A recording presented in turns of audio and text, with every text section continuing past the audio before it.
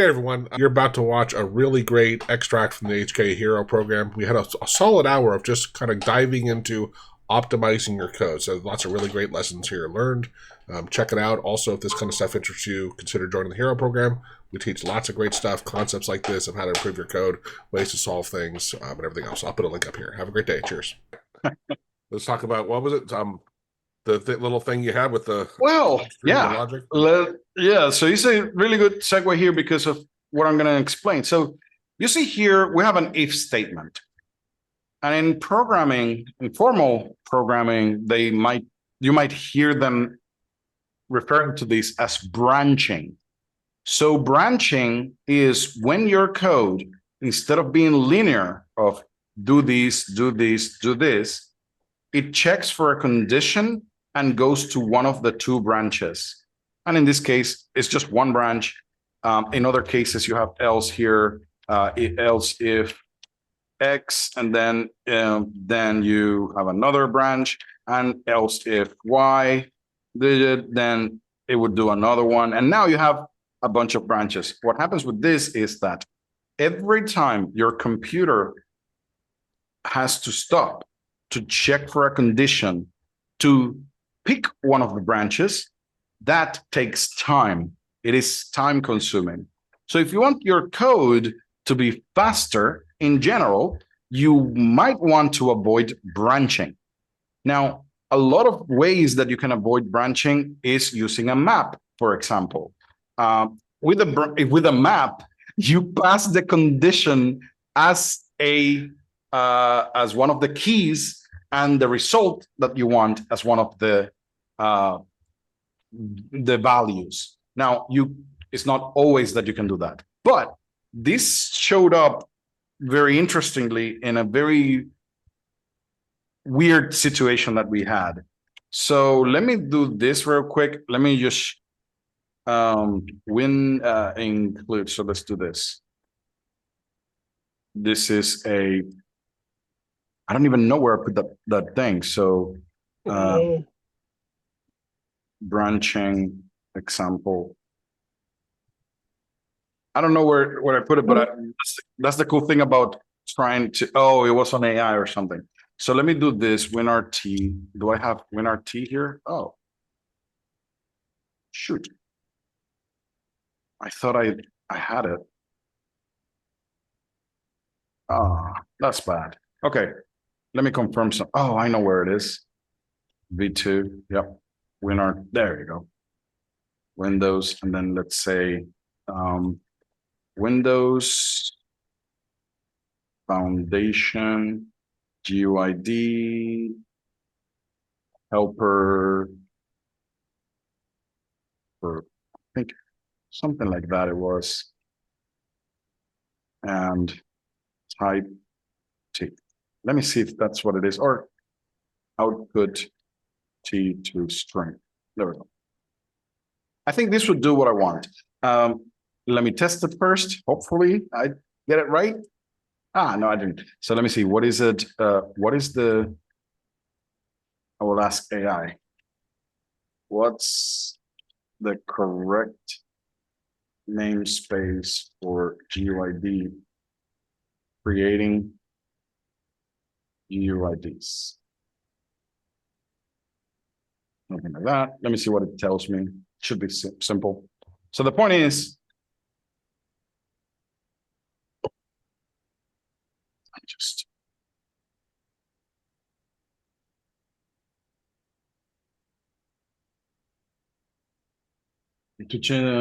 oh, wow. The correct casing.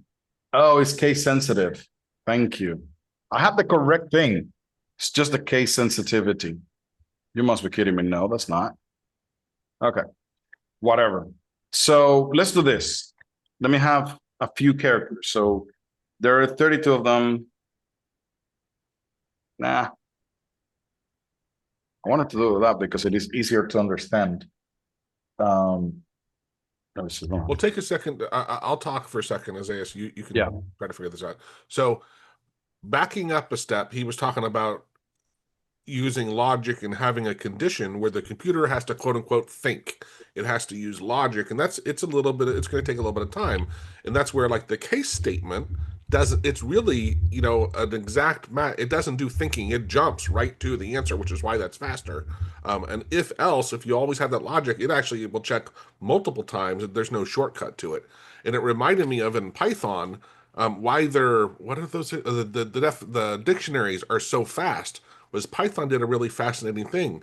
They code the keys as the memory address, and so that's why the Python libraries are so fat when you're doing stuff with the dictionary, because it doesn't even have to look up the location of the value. The key is the location in memory, and it's insanely fast.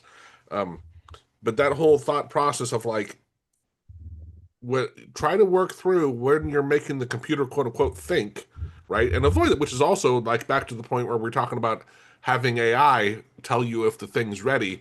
AI is going to have to watch for that and have to do thinking. But if we can get AI to write code that we use and the code is reliable, we don't have to have it think every time, then it'll be faster, right? Perfect. Yes. Sorry about that. So here's the point. We were dealing with GUIDs, which are unique strings, and they're great because they will be unique almost for such a long time that it's practically impossible for you to get two of those incorrect. So what happens is we can create a new GUID, and actually this is a great example of how the Windows RT library is going to make it easier for us to do a lot of stuff, because you can do this with a COM object. There's a function on the forums that does this with a function of the COM object. But in this case, I can just include the library and tell it, hey, give me the UID, and now I can convert that into a string that I can look at. But here's the part that interests me the most. These guys, in one of the programs that I was automating, the programmers were using this and sending that information to another place. But here's the crazy thing. They were sending that as binary. That's the part. So these numbers, they look random, but they are the same as binary code. If you look at two pieces of text in there as a hexadecimal code, all right? If you look at two of those, just those two, that is a hex code. And those two, now that's a different hex code, and so on. Now, that's what they were doing. They were grabbing this GUID and they were sending each of the characters as a binary. And I decided, okay, I have to do something similar. Let me go ahead and create a little loop to do that. So let's do this. So my UID is going to be the string that I have. I'm going to regex replace, and I'm going to remove from that the brackets and the dashes. All right. Let me see if I did it right. Yeah, so now I have a string of characters there. Now, what I wanted to do is grab those characters as if they were binary, and I want to convert them into some sort of, let's say, character string. So you have a function called chr character. You can pass any hexadecimal code here, let's say that one, and this will give you a character that corresponds to that binary code. That's what I was doing. And then, I don't know if you can see there, character 66 is actually the letter F. That's what it is. Cool. Now, so I want to treat the UID as a series of characters. So what I was going to do is I'm going to loop. Now, for me to create the hexadecimal code, I have to have two characters, not one, two. So I'm going to say, I'm going to string split. So for character in string split UUID, I want to grab the hex character that I have at the moment. All right. That's the character. I want to append it because I need two of them. I need two of them. And now, if here's where the branching occurs, and I'm going to use the modulo to verify that it's happening every 2 times. So if if I divide a index by 2, and that returns 0, so that is the remainder of the division is 0, that means that I am in a factor of 2. That's what this means. And whenever I am in a factor of 2, now I have 2 characters in my hex variable. So that I'm going to put it in my current character equals hex. So I have 2 of them. And right there, let's then clean up the hex. That's it. So in the end, I want to append those or current string. And now I'm appending by 2, but I don't want to append just the hex. I want to append the character version of that hex, which is 0x plus the hex code. And when I give that to this function, it will try to give me a character. Not always I will get what I want, but you will see what happens when I then show that script. So here I will get a random weird looking string. Let me see, where is it? Where am I doing here? Current string. Here, let me see. String split UUID. So let's see. I went 1 by 1, so I got 1 character. Then I get another character. This should enter here. This should now convert a character there. There we go. And it would keep doing that. And notice how the mod sometimes skips it and sometimes it enters, because I'm trying to get 2 characters at a time. So that's okay. And let's say that I am at the end, I think. That's good. How many do we get? Oh, I'm doing... the current string. You have to initialize the current string. No, I want to initialize, but the point is I don't want to do every single one of the characters. I think what I want to do here is do it loop. I want to do it 16 times because there are 32 characters and I'm grabbing 2 at a time. Does that make sense? So what I'm going to do is grab, but hold on. So I wanted to do, but anyways, let me, what I think is happening is that at some point, why is this failing here? At that point, hold on, not there, here. I should have something in it. Yeah, there it is. You see? So this is giving me some random string, which is what I was expecting. So this is correct.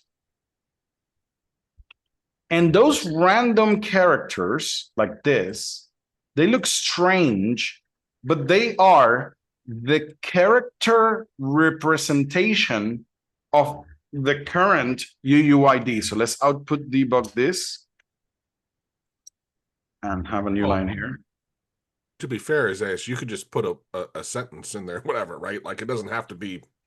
Yeah, that's right. Prove the point. No, I was just showing why I wanted to do it. So it was a group of characters like this were converted into some sort of string, even though that string doesn't make sense to us, but it is the same thing. They're both exactly the same. Right. They're just being viewed in a different way. Now, when I did this, now you notice that there is branching here. And somehow, when I was kind of like going through the process, AI said, yeah, your implementation is doing what you think it's doing, but you can speed it up by 25% if you remove the branching. Let's take a look at that. Let me see if I can if I can confirm if that's true. it came up with that. And I was like, okay, that is a cool thing. Let's look at the performance query here. So what this does is that it will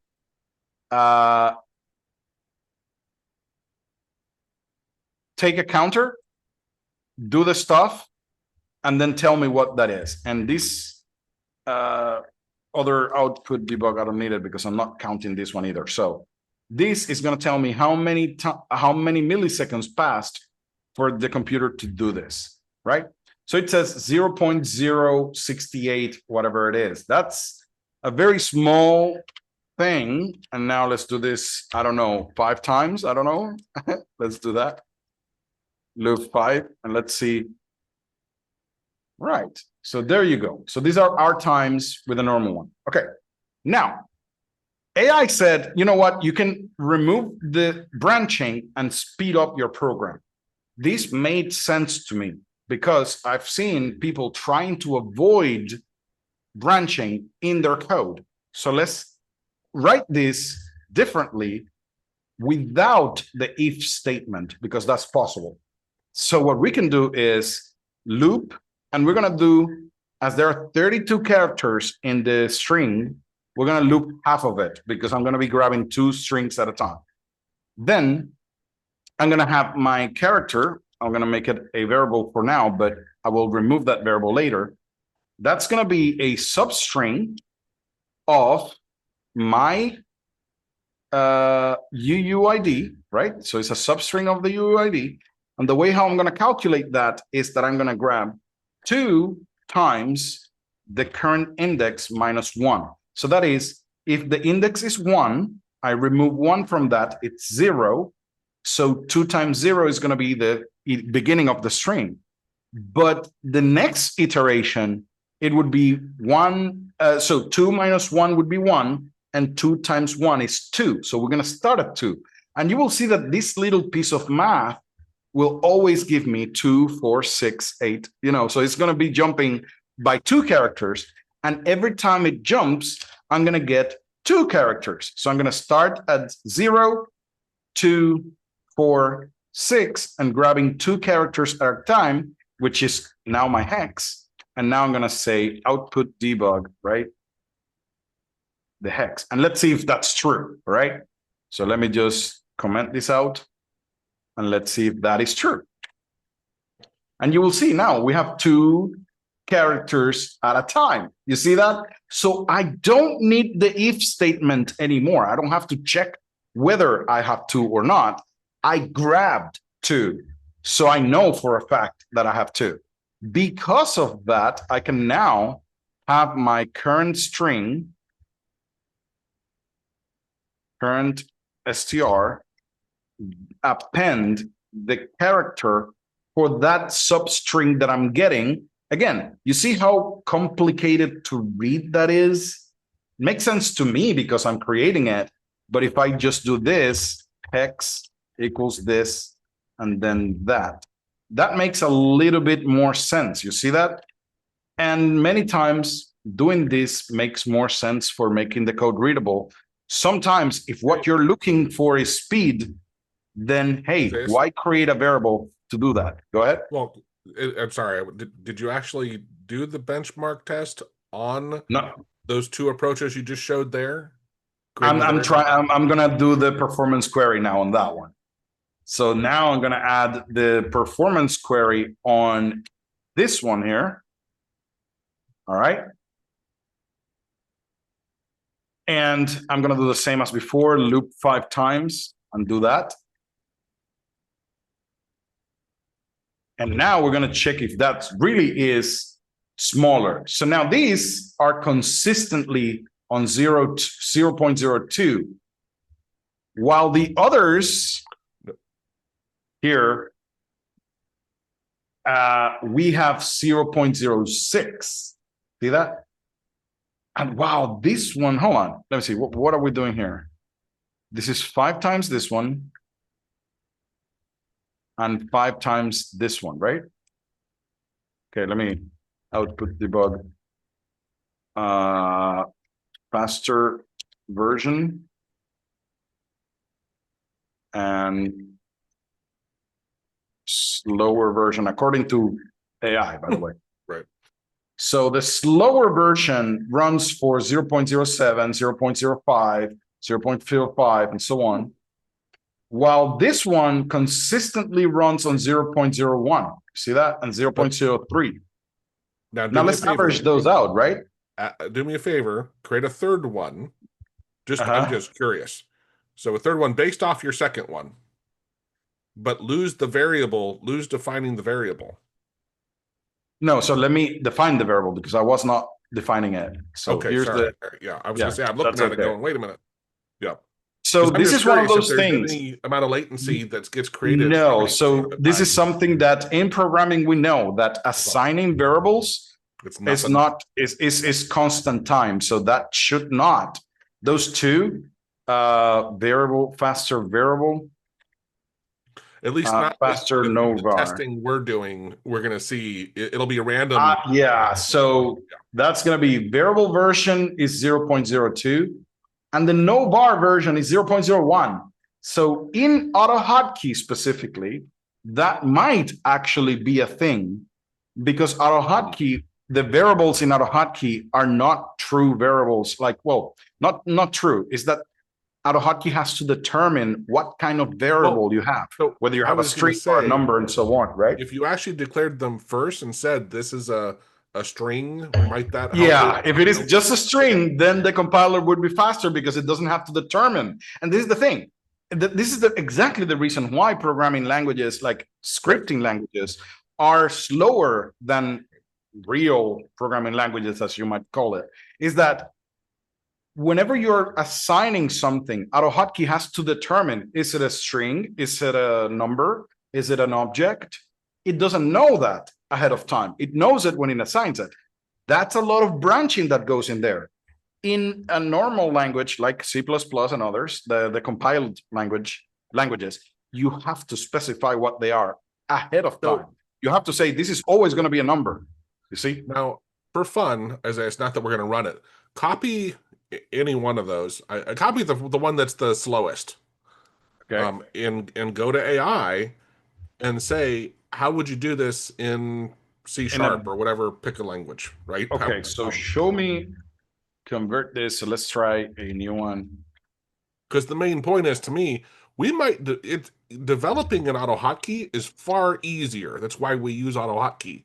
But we don't normally care about performance, but if you do, nowadays with AI, there's no reason not to take your stuff and give it to AI and have it convert it to something that's optimized in a very fast language, right? Like, here are your variables right here being declared, saying these three numbers are integers. That's what they are. That's what they always going to be. You cannot put a string in them. They will always be that size.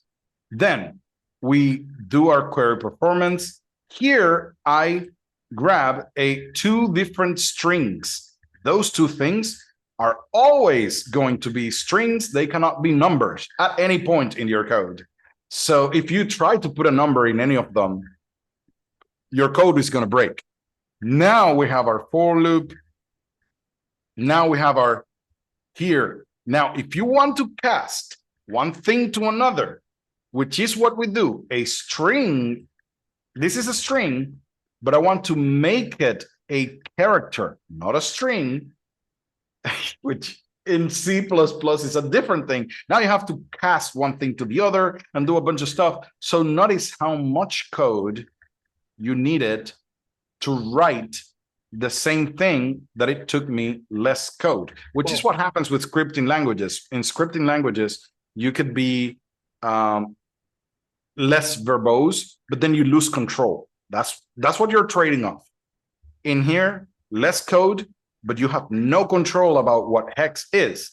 Here, way more code, but you can tell for a fact that that is never going to be a number, a string. You know for a fact, every single time you run this, it is going to be an integer in this case, or well, no, a string, right? So those are the differences. And again, as Joe mentioned, I could just very well compile this and it will definitely do the same thing. And basically, if for me in AutoHotkey is giving me 0.01 here, in C++ or any other compiled language, that would go to 0.00000001. It's something like that. It's going to be so fast. It's just like crazy what the difference in speeds are. But that's okay. You know, for what we're trying to do, I don't really need the speed to be, you know, the fastest in the universe. I just don't want it to be 30 seconds, right? If I was doing this by hand, if I had to grab each of those strings by hand and convert them one by one, I would spend hours. The computer just do it in under half a second. So I'm good with that. I don't want anything else. So I think AI was right. This is actually faster. And actually in AutoHotkey, avoiding creating certain variables is a good idea if you care about speed. I'm just curious. Take one of the ones that's the substring approach, give it back to AI, and ask it if it can make it faster in AutoHotkey. So if okay, let's take a look at it. I'm just curious. Okay, so let's. Because it offered you that one, right? But if you were truly trying to keep it in AutoHotkey, but maybe, like I said, if we define those things in a certain way, it might do a better job. And again, this is just something that, you know, when it's going to be done a lot, right? Or for some reason you need it to be done very quickly, that's when you would take this to the next level, right? And the cool thing is you could even leave it in AutoHotkey code and find better ways to optimize. I wish I could make it so that it searches for by default. I always have that on anyways. I'll write you a script for that, Isaias. Don't worry. Yeah. No, yeah. So you can type searching here /search. The API, yeah. Yeah. So if you type /search in here, you can add that. So basically, an AutoHotkey, what? Well, hot string that would just put that in there. Mm-hmm. Oh, look, you can get a quick answer. So you can look at what it's doing and let it think, or you can just say, "Oh, I'm so desperate, I need the answer now." Okay. That's new. Did anybody have any questions on anything we covered here? Because it was a really interesting thing to me of the general concept of avoiding, even with an if. I always think of like I know a case statement is faster than an if and this and that because it has to step through each run, right? But this was a big surprise to me of like, man, if you can avoid it entirely. And the problem is, I don't know about Isaias, I never would have realized I could avoid it entirely, right? That's where AI is helping really go. Like, that's the other thing. There are so many situations that we just think and just type the code. And we don't think about other ways or approaches that you can take to do the same thing. I have never actually used a loop as a substring to actually grab sections of a string as a loop. So that means now for my programming brain, and this is something like I don't consider myself a programmer in the sense of somebody who went to school and studied that and knows the ins and outs of that. Probably I have a lot of things that I don't have experience in, but as soon as I run across something like this, I think, oh, you know what? That means that anytime I know the length of the string that I'm looking for. So let's say that I know that I have a group of lines, and on each lines, I only want to grab the first 6 characters of that line. Then I could do a loop in here 6 times 6. Like right, this number right here, it will always grab 6 characters now. That's what it's doing. So now, and with this loop here, by making it dynamic like this, with this little piece of math, then I know that I can go through the string in slices of 6 is what's happening. And that is a very interesting, clever little trick that I can use to do, and now again, if I do this, then I have to make sure that my loop here, the 32 characters, the length of the characters that I have is divided by the number of characters that I'm going to be grabbing. So at this point, it would be 32 divided by 6 or whatever it is, right? So I have to be able to do, I can have it as a function in which I give you a string, you will calculate the length of the string, figure out what slices you're going to grab, and then those slices, I'm going to go over them. So this is the string length, and then give you the sections in a little object, for example. And I can give you the object already with different sections. It's an array, for example. I can do that. I can, but the idea is when I look at this as an amateur programmer, I just look at, oh, you know what? I can do this or that now. So I can split a string into multiple chunks and have them in an array instead of a normal, I have chunked data now, basically. Let me see what this said. Okay. Yeah, I did a lot of research for something. I don't know. That's interesting. Let me hide this. Where is it? God damn it. Did a whole bunch of things, huh? For 3 minutes. Move the query performance function outside of the loop. Oh, so I do have them in here inside the loop. So probably instead of that, querying the performance on each iteration, maybe I could have a variable and just have the average in the end, right? That would make it faster. Avoid appending in a loop. Oh, wow, that reallocates and copies the Unicode string. Wow, that's crazy. I didn't know that. So look, numput. So this with numput, now you're managing the memory directly, which is why numput is two things.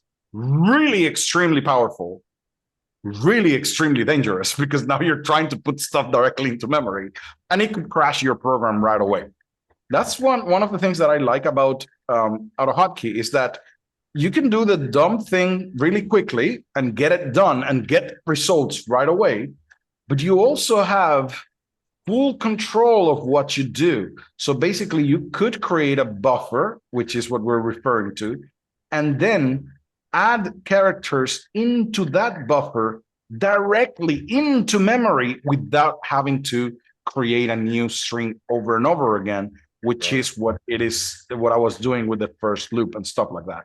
So again, this is now telling you about very, very advanced stuff that in our line of work, Joe, what we do usually, we don't have to go that deep, right? Because mostly the type of speed ups that we get are clearly better for our users than what they're currently doing. So we don't go that deep. Now, I look at it and I understand what's going on, but I haven't used any of those in a long, long time. It's very rarely that I really need to have that kind of performance. Now we can copy the code and see if let me just test it. Let's see. Let's see if I see any visible performance gain, or if it is going to work at all. Like, let me copy this. Right. Yeah. Yeah. That's the trouble, right? Some of the stuff gets to such a level that you're like, I don't even know what's going on, and I can work through it. A lot of the times, I can work through it and understand it, but it's just easier to run it and see if it works. You know. Yeah. So I've got my UUID. I start my query here at the top. I create a buffer so I can write directly into memory. I don't know what this is doing. That's something that it is grabbing. Oh, okay. So it is grabbing the characters as a text. And now that string is converting them to the correct numbers they represent. And then they're sending that back as a byte, really. That is what I'm going to put right in memory, right here. And then we're getting the buffer right here outside of the loop. So that's the thing that it is telling me. When you do the characters over there, the original functions, every time you're doing this character, you're converting the hex and also getting the buffer, and converting and getting the buffer, and getting the buffer. And it's telling me, hey, don't do that. Just put the stuff, and at the end, get the whole buffer all at once. That's what it's saying. So, and also it pointed out, hey, let's use the critical here. Yeah. So maybe instead of putting it in the loop, I could just put that outside of the loop. But let me keep AI's code. Let me look at it. Right, just to make sure that we're getting that. And then in the end, we have the elapsed time. And I think it is doing, oh no, it is actually looping through all of them and showing me each of them independently. It's just making sure that this is really fast. And this, we don't care, is basically what it's saying. Okay, cool. Let's see. But wouldn't, I mean, and that is, wouldn't you move the critical on before the loop and then the off outside of it? That's what I thought, and then I realized it is having this as not critical. Yeah, but you're still turning it on and off every time, right? I thought that, yeah. I do go. Sorry, what? Why is there list lines here? Okay. Oh, that disables. Oh wow, that's a crazy. Oh, that's funny. Wow. That's awesome. That's a crazy one. I forgot about that one. Yeah. That I understand what it does. I just forgot about it. Yeah. Right. Okay, yeah. So all of your scripts, when you start them up, you have this command called list lines, and it allows you to kind of like look at all your variables. Well, for that to work, while your script is running, the script is constantly kind of like saving the state of all your variables, so that when you hit list lines, you will get them. So if you disable that, it should actually be faster. That's a benchmark on that alone. After you do that, right? We'll turn that on and off and see, because I think that alone will make. Look at that 0.0. So I was getting 0.02, wasn't it? 0.1 before, but this is actually going below the 0 mark. I think no. Hold on, let me see. I have the other code right here. Hold on. So faster, no variable here. This one, let me grab it right about here. Oh, but that's a crazy little. It is really interesting. Hold on, what? Oh, sorry, because I modified the numbers of characters I'm grabbing. This is 16, right? That's okay. So then, all right. So 0.03, 0.01, you see that? And this one is 0.04. So basically, it might be slower. Maybe because of what you said, the critical. Turning it on and off might do that. Let's see that. By the way, let me see. Have this AI, say AI version, right? Let's remove the critical, turning the critical on and off. Maybe that might make a huge difference. No, it does not. 0.4 consistently, while this is 0.2, 0.1. So that means AutoHotkey is doing some sort of optimization that AI is not aware of. And it is actually thinking that it would be faster. So in this particular case, the AI version is incorrect. So let me do this. I'll give it the code and tell it, okay, so from this code, I got this. I got these results. I got these results.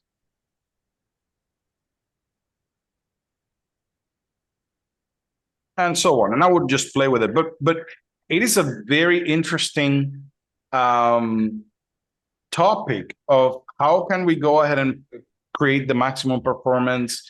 There are some things going under the hood that we don't know about and so on. Just for fun, I don't know if you need to take a screenshot of the one that's really fast, the 0.01.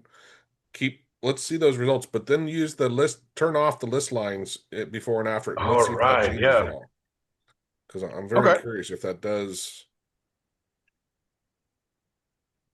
No list bar.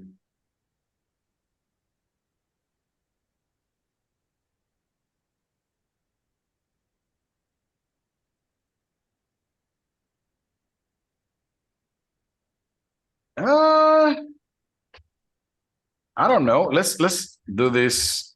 Maybe, yeah. Well, again, I think, you know what? Maybe the number of times we're doing it is not enough for us to see the gains. Mhm. See what I mean? That could be true as well. Woo. No. What is that? 1,000 times is too much, I guess, right? But that is because we're outputting the format every single time. So what I'm going to do later on, I will try. Well, let's do this 500. No, so hang on. But the point is, trust but verify, right? Yes, of course. I You're always gonna double check it and say, I sure, always like do that. yeah, it looked like that would have been optimized, but It does. It really does, but it's not. And basically what I would do right now is just do the averages. Instead of outputting the whole thing, I would compare the counter after here. I would just and correct me if I'm wrong on this. You at some point, if this proved out to where we were correct that it was slower, you might even ask Lexicos, and it might help Lexicos realize there's something he's doing with the numput or whatever that's inefficient, right? right. It's That actually could be. That's true. Yeah, I could tell him, look, I tried this and somehow numput is slower. Is that something that right. Is that true or not? So here, let me see if I did this right. So I grabbed the counter after, I add them up into my variable, and then that variable I divided by the number of things I got, and that I'm going to divide it by the timers. I think that I'm doing that right? As long as it's consistent, it should be fine. Yeah. Okay. I don't even look at what you did, but as long as you do the same thing every time, it should work. Okay, and then I will do this guy here. Sorry, no, because you know what? I have to do the counter after minus the counter before. That's what I have to put in my average variable. And now this, I have to put it right here and do it again. So I just put that here, put it below. Oh, so this is T1, T2, right? Sorry. So T2 minus T1, and then average divided by 500, I guess. Okay. That should give me different response. Oh, I have to reset them, by the way. So average is 0. Average is 0.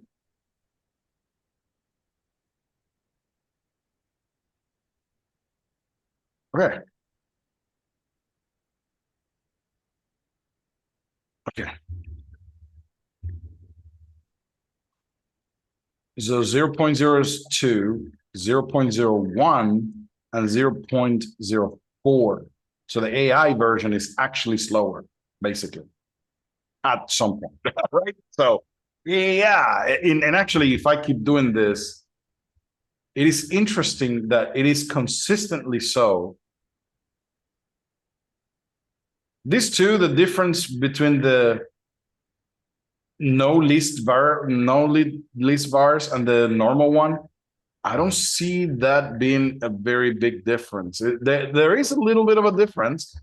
Sometimes even the other one is faster, but what I can tell is consistently doing what it is doing here. I think it is the hex pair to bytes is what is causing the problem. I think that's the problem right there.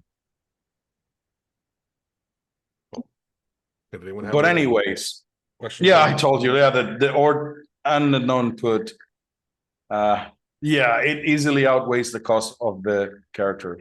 So your faster no bars wins. Okay.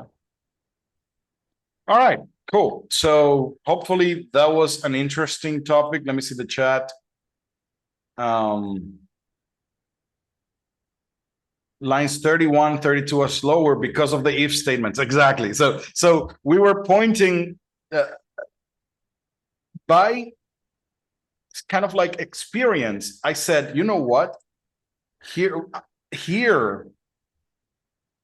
this function is not only because of the if statements, it's also performing more actions. So we have to call this function to get this substring. So I'm calling two functions right there. I'm calling two functions right here, and then I'm performing if statements right here. So yeah, there's a lot of things going on in just this hex pair to byte. And in the end, I was just saying the same thing. Like I would assume this function is the one that is causing the biggest issue. And you're right. You're looking at the same thing as I was. And I was like, yeah, that's, even though this numput right here is actually faster, this call to that function makes everything slow. So if I don't do that, if I don't actually do this conversion here, I don't know what it is. Oh, it is giving the byte without building the 0x strings. But probably, yeah, I was just going to say, probably if I just do it with the substring, right, as I was before, right.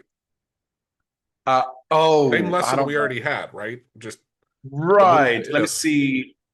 I don't know if I can do that. Hold on. Let me see if I could 0x here. So I do 0x. I do the substring. Can this function see that, which is now a string because of that 0x? Can it determine correctly and put it as a character? I don't know. That might fail, actually. Well, if you disappear, there you go. There you go. It did actually get slowed faster just because of that. So let me try that again. Now it is consistently under 0.1, while the others are always above 15 here. So that did make a difference.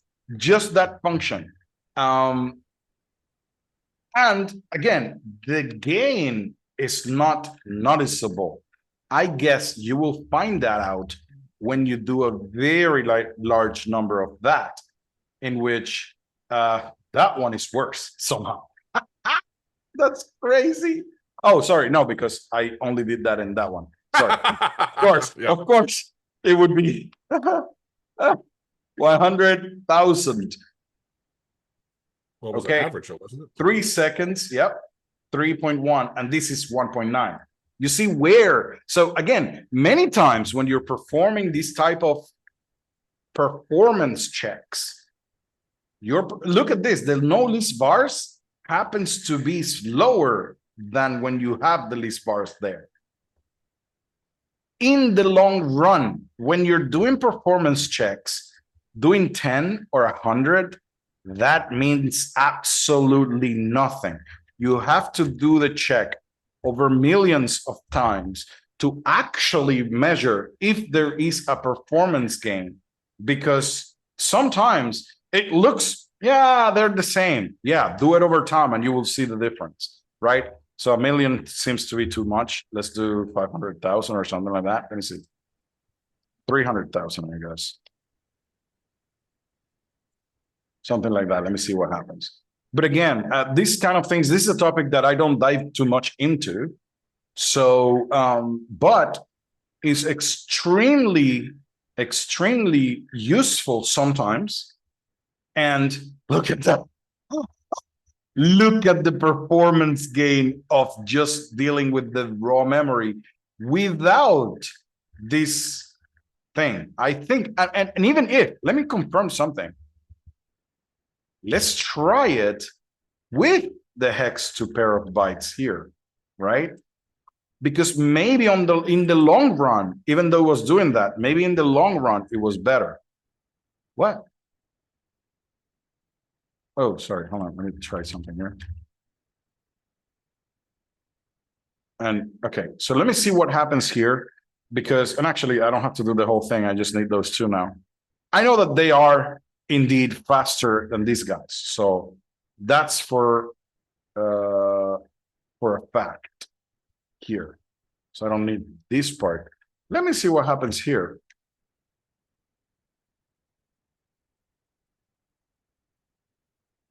This is with the hex pair to byte. And then we're going to see the one with the substring. No, that's way too slow. 27 seconds. While the other one is 5 seconds. That's insane. That's crazy, you know?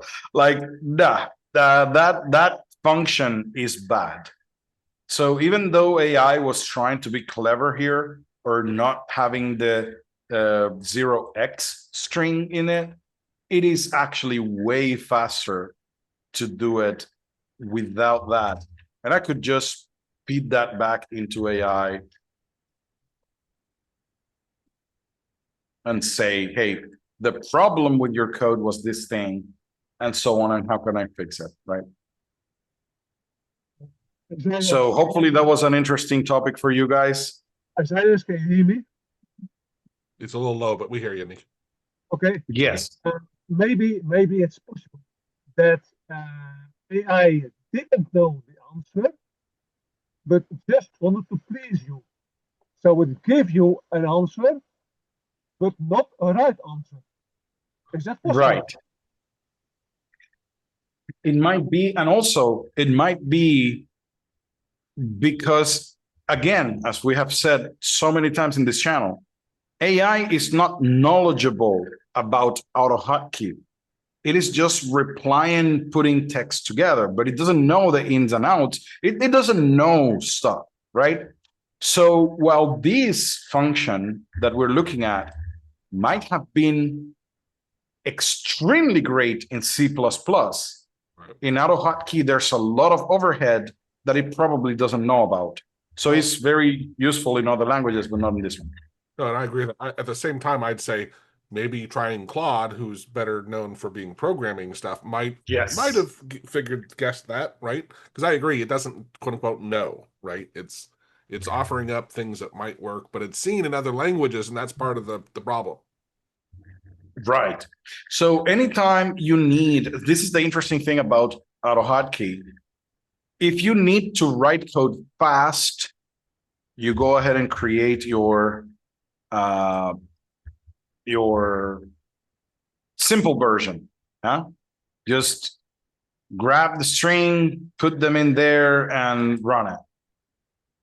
If you want to be extremely fast, then hey, let's create a buffer. Where's the buffer? So it's somewhere here. Here, this buffer. I would go create a buffer and then put stuff directly into the memory of that buffer. And that gives you dramatic results. It's not like it's a little bit. It's like the difference is noticeable. And that was something that I was not expecting. But again, and again, when you're doing what is called like performance tests, be mindful that running it 500 times, 100 times might not be a good comparison, because when you do it in 500 times, so when we do this 500 times, you just look at it 0 0.2, 0 0.01, 0 0.01. Oh, the difference is not much. Yeah, but that small difference, this one is 0.16 and this one is 0.10. That small difference adds up over time in a manner that you would say like, holy crap. Well, but that's why it gets back to, as I said, it's really important to remember you're doing your test here, but in the real world, are you the one using it, and how frequently do you use it? But also, if it's something you're going to share, how many other people are going to be using it also? Because all of those should be multiplied together in the sense to really understand how important is it to take time to optimize, right? We started off, well, we didn't start off last hour, but we talked about the whole watching for an element to exist and adding along sleep. It's all related, right? Like it's all about today's discussions. We're all really about the same things of like, really do a good job thinking about how important it is to optimize your code. And it's not just sometimes it's just how often it is for you to use it, right? But that's not always the case. Sometimes if you're sharing with other people, or it's going to be pushed out to the real world, or you're doing things many, many times, right? All of those things factor into how much should you spend to optimize. That's right. And also it matters a lot how critical is your code. Many times there's some code that is just like, I just want a piece of text to show up in some certain location. Do I need to have that as fast as possible? Like, for example, you know what? If you're automating a program, and actually this probably goes into the answer that I would give to Connie as well. It's like, let's say that you're automating a program that in the end is going to message some people tomorrow. Then we don't care about speed. The point is having the text there before tomorrow, that's fine. But if you're automating some sort of program that has to do with stocks, like the stock market, and we had a client that had something like that, every millisecond counts, because as soon as you try to buy something and a second has passed, you just lost how many, thousands in certain situations, right? So milliseconds then matter a lot because of the stop loss and or whatever it is. So then at that point, thinking about the faster way you can do one thing makes sense, because it makes, well, just building a program that keeps your power on, and that power is needed for something very critical that cannot be 5 seconds without power. Yeah, then you need the fastest thing available to make sure that if there's a power failure, it switches the power as quickly as possible, and that you make sure it never takes 5 seconds to do so, right? That's where you think about those things. Now, Connie is talking about compiled functions, right? Even in other languages, this concept is the same. In other languages, you have code that just simply runs, and that's it. But there is optimized code in which milliseconds matter. Then they make a lot of different things. The interesting thing is that AutoHotkey can run code compiled in a different language. And that's what Hubert is actually hinting at, which is called M code, which is machine code.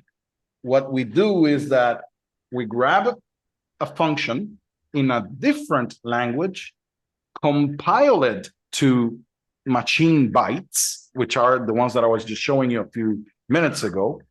And then there is a function create. I don't know if it was Geek Dude who created it, or he's the one maintaining that right now. I don't know. Or he was writing a tutorial. I'm not really sure. And this function grabs machine code and allows you to put it as a string of text in your AutoHotkey script, and then just execute it as if it was a real function. Just to give you an example of that, if I remember right, the JSON library, one of the JSON libraries does that. So basically, CJSON, if I remember right, CJSON, there it is. So the CJSON library, when we look at it, you will find, hold on, what? Shoot, okay, whatever that was, okay. Just divided my screen to two. But here you will find a bunch of weird characters. This is the base 64 encoding of machine code as a string right here. And that string is then used later on for creating something in memory and so on and so forth. But for you, you don't see none of that. You just called JSON parse.